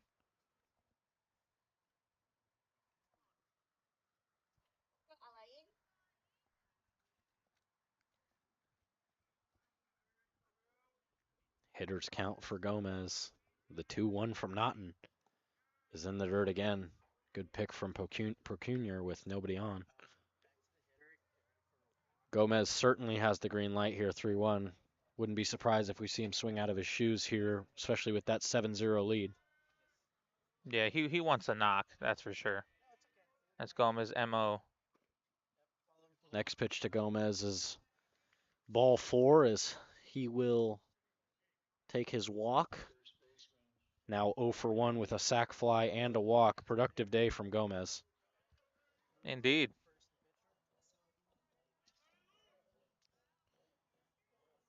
So if you're not and you just want to get the guy out of the plate, there's 2 out already. Forget about the runners and just get the guy out of the plate and give your team a chance to cut at this huge lead held by the SaberCats. Miller digs in. First pitch is a ball. I was going to say, Gomez certainly isn't going anywhere being the catcher today, but they will get a courtesy runner for him. That'll be number 4, Jack Babcock, in the game to run for the all-dangerous Gomez. As we'll shift to the hitter, Miller. Miller is flown out to center field and walked. Very patient hitters are the SaberCats today. Are you surprised the zone hasn't opened up a bit here now with this 7-run lead? No. And the reason is because Keith said he was going to do what he's going to do, and he stuck to his word. Yep. He's a man of his word, sticks to his guns. Next pitch to Miller, swung on and missed. Healthy cut there, had him fooled. Keith made his intentions known, and he has stayed true to form throughout the game. Keith is not to be messed with. 1-1 count from Naughton. He wants to see the sign again. He gets it from his catcher, Procunier. Naughton kicks, fires. Curveball's drilled into center field. Center fielder's right under it for the 3rd out. As the SaberCats score 3 again, another big inning. Scores now 7-0. We'll see what the Phoenix can do when we come back.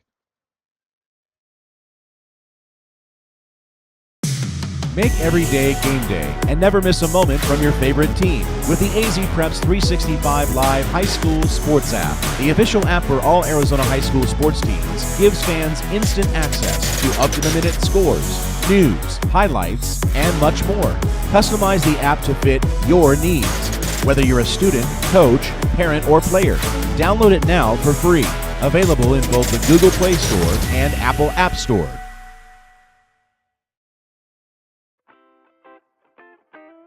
The Angry Crab Shack in Tempe, with an experience so good it remains indescribable, with something for every seafood lover. Try one of their amazing custom seafood boils, sandwiches, appetizers, and salads. Angry Crab Shack Tempe is located east of I-10 on Warner Road, 480-674-3847. The Angry Crab Shack in Tempe. Come ready to eat.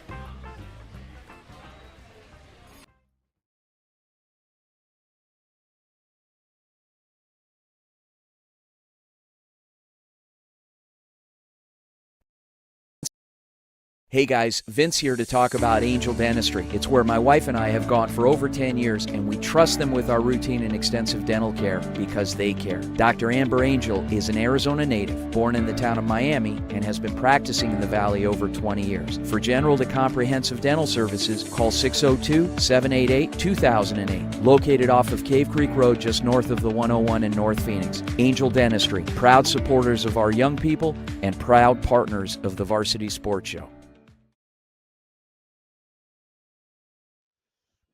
Welcome back here to Saguaro High School as the score is now 7-0 as we head into the 5th.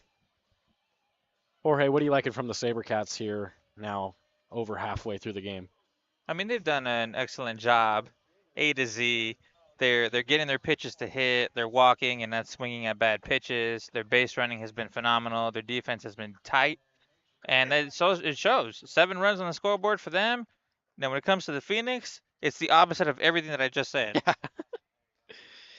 Yeah, not a great game for the Phoenix. I'm sure Coach Miglio will have a lot to say to his team after this one, as Coach Mickey will certainly be pleased with his team's performance so far. As Jelinek, who started this game for the SaberCats, did a great job of limiting through his 3 innings, as Bond is on for his 2nd inning, as his first pitch is just missed for a ball. I will say this, in the game of baseball, you never know what's going to happen. It just takes one crazy inning for a team to get back into a game. As Amaral digs in and drills a ball to third. Good play there. On to first as he retires Amaral. As Williams, that's Kason Williams. He's having himself a nice little game here, the senior is. Couple of nice plays at third, a double, a hit by pitch, as Gomez and our guy Keith are discussing strategy behind the plate. You know, that's a big part of the game, the catcher-umpire relationship. You got anything for us on that? Yeah, I mean, I've seen it time and time again, whether you watch the MLB, high school level, college. When a catcher and umpire don't see eye to eye, umpire lets another catcher about it by making some ridiculous calls, let's just say. Right. First pitch to Hart is outside for a ball. Yeah, it's always important to build that relationship between catcher and umpire. As, I mean, that's you're basically protecting each other as the next pitch is in there for a strike. I mean, the catcher's the only defense of a fastball coming right at the umpire, and then your umpire's obviously the one deciding the entire game. So always important to have that relationship there. Next pitch is in there for a strike right at the knees. Yeah. Hart didn't like that one. Yeah, and the thing about it is the catcher doesn't need to be a brown nose. There just needs to be mutual respect between them, and that's enough. Right. And Gomez working that like nobody else today. Yeah, I mean, we just saw that pitch right there get called a strike. That certainly could be Gomez's doing. Next pitch is popped up in the infield. Who's going to catch it? First baseman calls for it. That's Miller, and he has it. 2 down here in the 5th.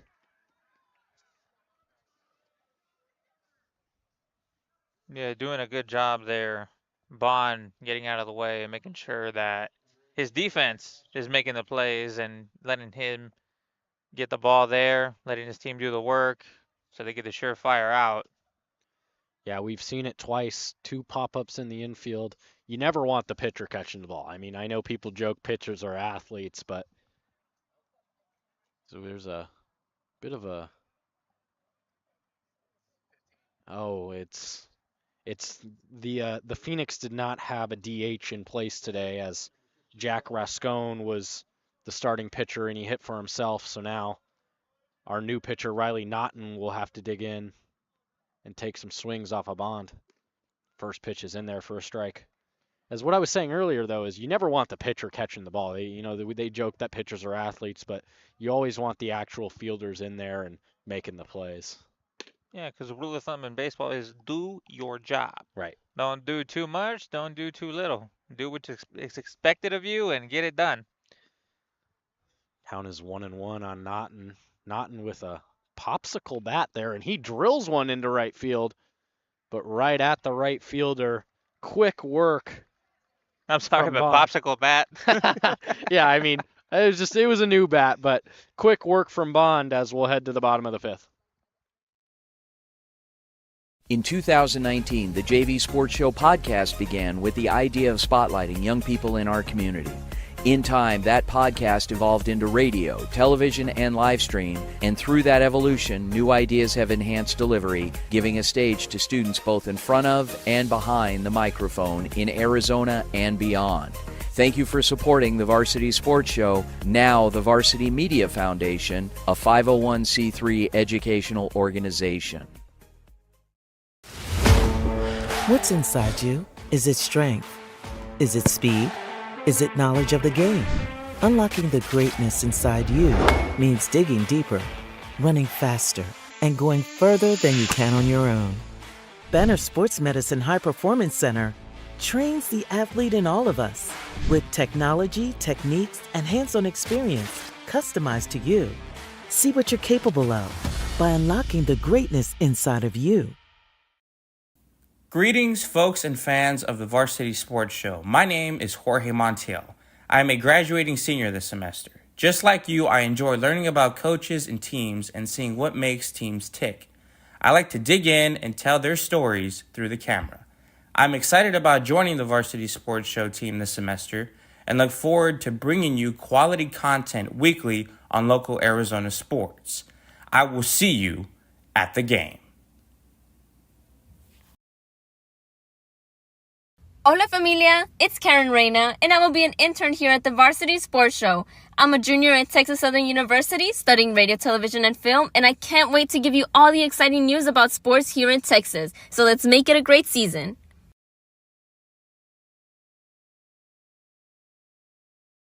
You see us every day with our ads about car wrecks, but Lerner & Rowe is much more than just a law firm. We believe in being part of the fabric of the communities where we practice around the country. We are not just a business, we are your neighbors, here to serve and share our love of our community. Lerner & Rowe Gives Back provides food and support for families and community organizations throughout the year. Our hope is that we can encourage other businesses to do the same, so we can build a stronger community together. Lerner & Rowe, more than just a law firm.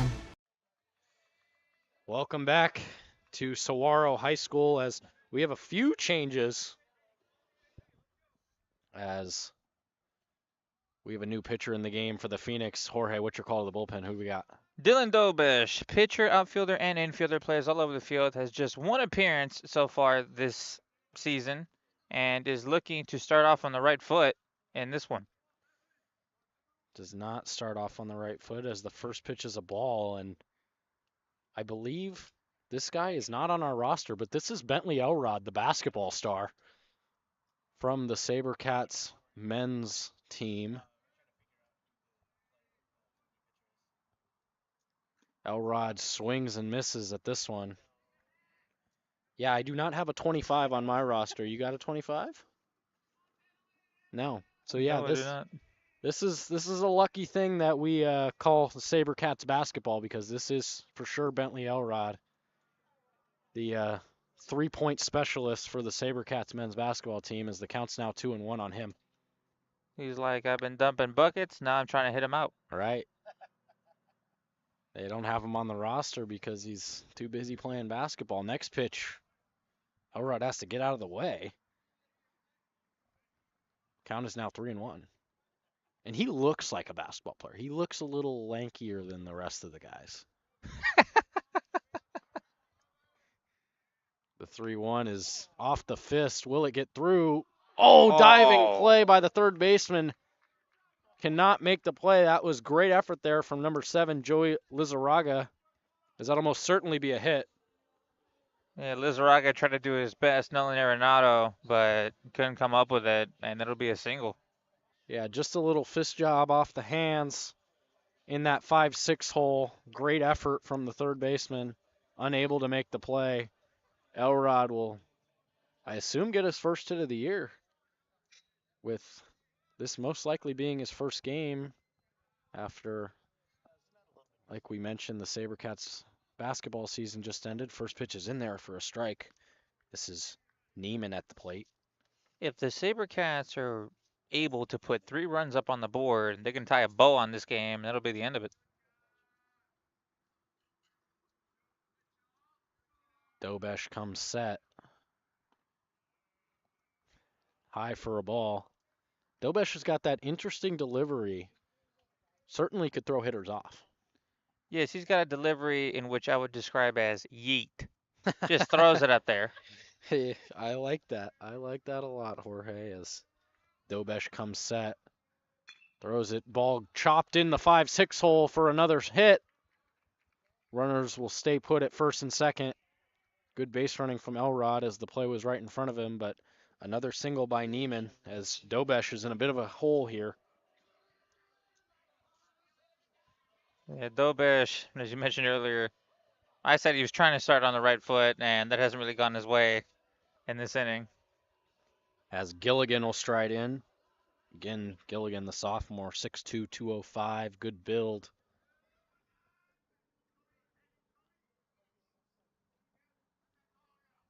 Dobesh comes set. Ball's way too high. And again, like we said, if the SaberCats happen to put up 3 here in the bottom of the 5th, the mercy rule will be into effect 10 after 5. Yeah, SaberCats trying to put a bow on this game and go home. Gilligan up 1-0 in the count. Dobesh fires in a strike, evens up the count.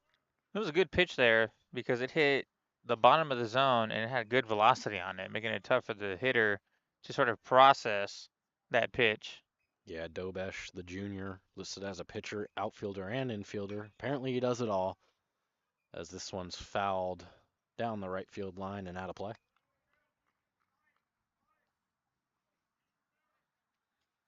And we mentioned this earlier, the Phoenix roster is not all that big, so guys kind of got to play everywhere, and I'm sure arms become a factor late in the season and during weeks they have multiple games, as this one drilled right back to the pitcher.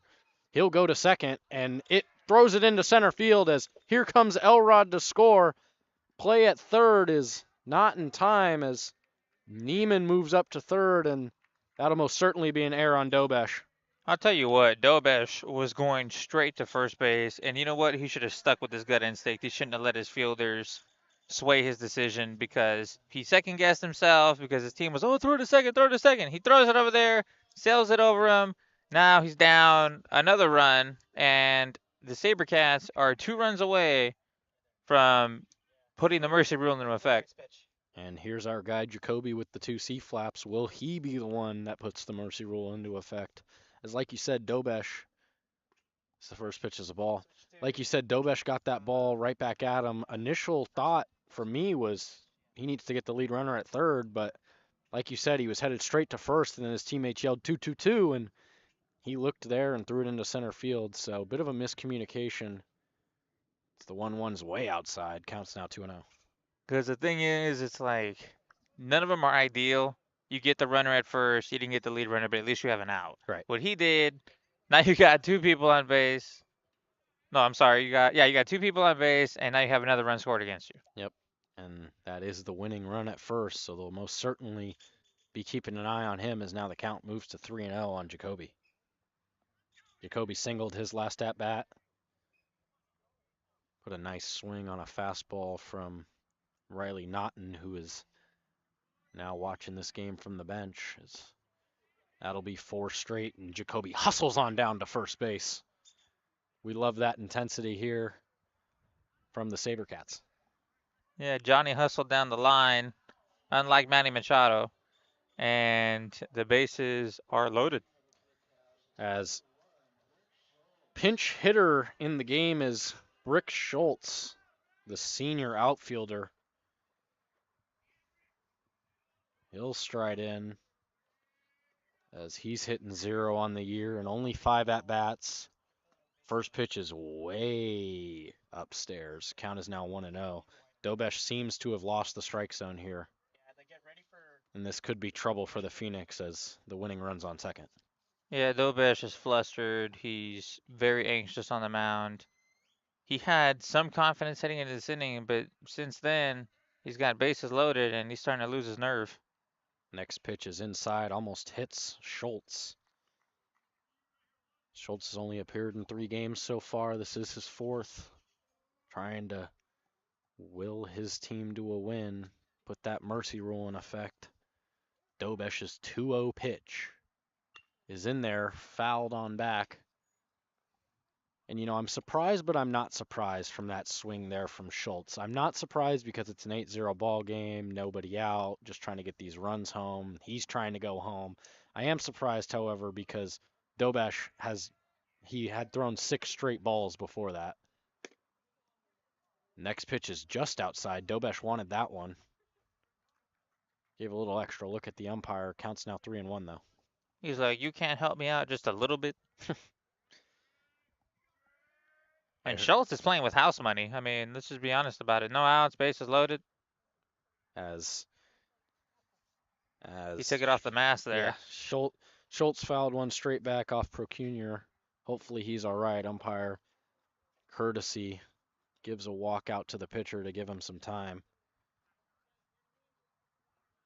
Both SaberCat coaches making sure he's okay. Good sportsmanship here. Yeah, it's pretty well known. Catcher is the hardest position to play in baseball. You're squatting on your knees, 7 to 9 innings, taking all these pitches, leading the team on the field, keeping all these pitches in front of you, and that means putting your body on the line. It is a really tough position, one of the hardest positions in sports. Which is why we see the SaberCats really excelling in this game, is because they have a stud of a catcher in Gomez, and he's really led this team. I mean, he killed that Phoenix inning earlier in the game, and all the momentum has swung towards the SaberCat side since then. Next pitch is fouled on back. Counts now 3-2. Nobody out here in the fifth. 1 run scored already. Best thing Dobesh can do, get a ground ball, get a double play, maybe even get the lead runner at home, depending on what they decide to do. Infield is back, as that'll be ball 4 to Schultz, and that'll walk in another run, as our winning run is now on third base. He's just going to take a sac fly at this point. It'll take anything here. I would assume the Phoenix are going to bring their infield in. No signs of it yet, as I believe this is another pinch hitter in the game. Looks like number 9, but I believe that is Abino, the sophomore. He'll try to end this game now. First pitch is inside. That is number 9. That is Taichi Abino, the sophomore, listed as an infielder and a pitcher. 6 foot, 165. Rocking the pants above the knees as well, as he'll try to get anything going here to get that run home. Phoenix are playing infield back. Healthy cut from Abino. Swung on and missed. Yeah, Bino, the sophomore, one of the futures of this club. He'll be around here for the next 2 years. Makes himself an asset on both sides of the plate. Dobesh trying to extend this game, but can't seem to find the strike zone, as Phoenix are in real trouble here. Only 2 balls away, 1 hit away, 1 ground ball away, 1 sac fly away from losing this game via mercy rule. The next pitch is certainly in there for a strike. Abino was not expecting that one. Count is now 2-2 with nobody out.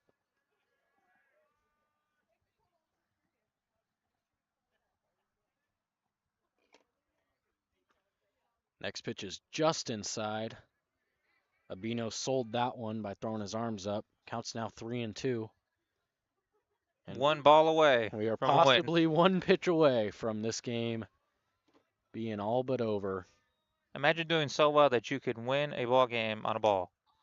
Dobesh's next pitch is fouled off, as Abino was way out in front on that one. Hit off the cap of his bat. Certainly lucky to make contact with that one. Dobesh comes set. Kicks and fires. Another foul ball fouled off of his own foot, did Abino, as we'll do it again.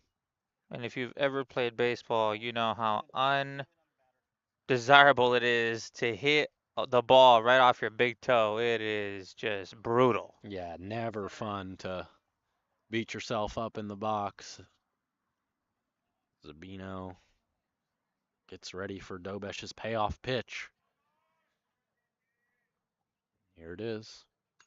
Smacked into center field. This will most certainly end the game and be a sac fly. Here comes the runner home. No play, as the SaberCats will win this game in walk-off fashion via the mercy rule. 10-0 after 5, as Abino drives home the winning run.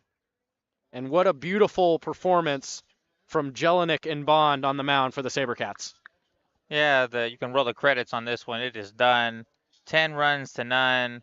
Mercy rule in effect. Great offense today, great defense today, excuse me. Both sides of the ball did really well, and it showed up there on the scoreboard. Yeah, so the final line is 10 runs for the SaberCats. They had 6 hits and no errors. Clean ball game for them, as Tonopah did not put up a run, had 4 hits and 2 costly errors during the game. But this one ends after 5. Thank you for tuning in to Varsity Sports Show YouTube for some SaberCats baseball. I'm Will Case here with Jorge Montiel, and we'll see you next time.